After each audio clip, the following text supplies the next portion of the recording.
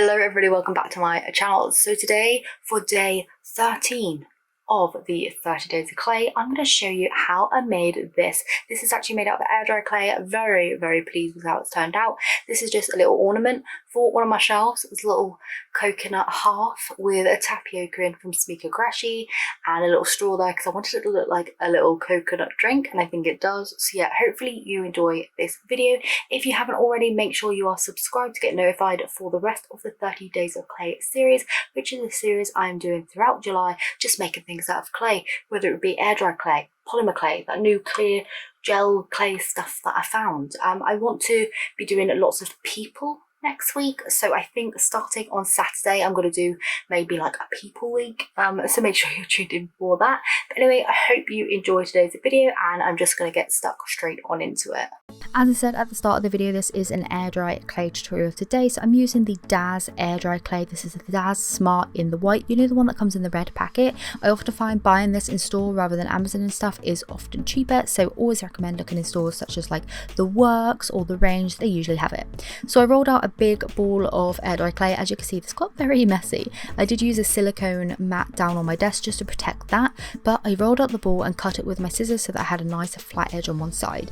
I then marked out a circle and just started scraping that clay into the center so that I could scoop it out and just remove it and kind of hollow out the circle shape to make the inside of the coconut.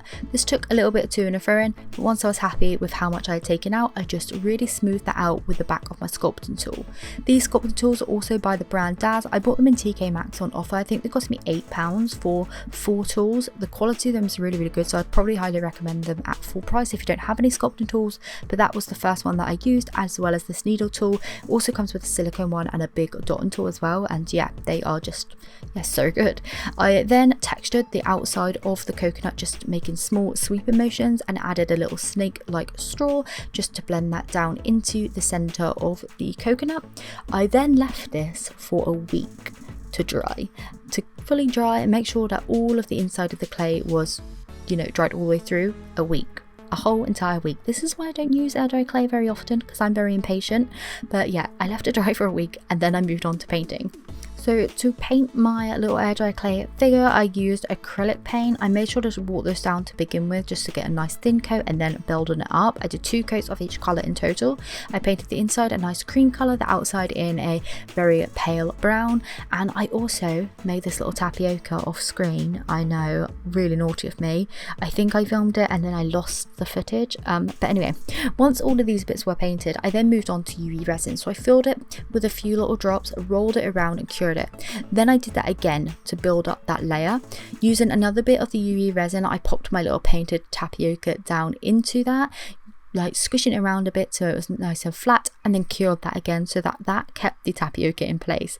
I then used one final coat of the UV resin over the top part of where the drinks bit in the coconut will be, making sure not to go around the outside because I did leave that, but I wanted to make sure that all the top looked nice and wet and yeah, cute and shiny, so I glazed over all of that, curing that down.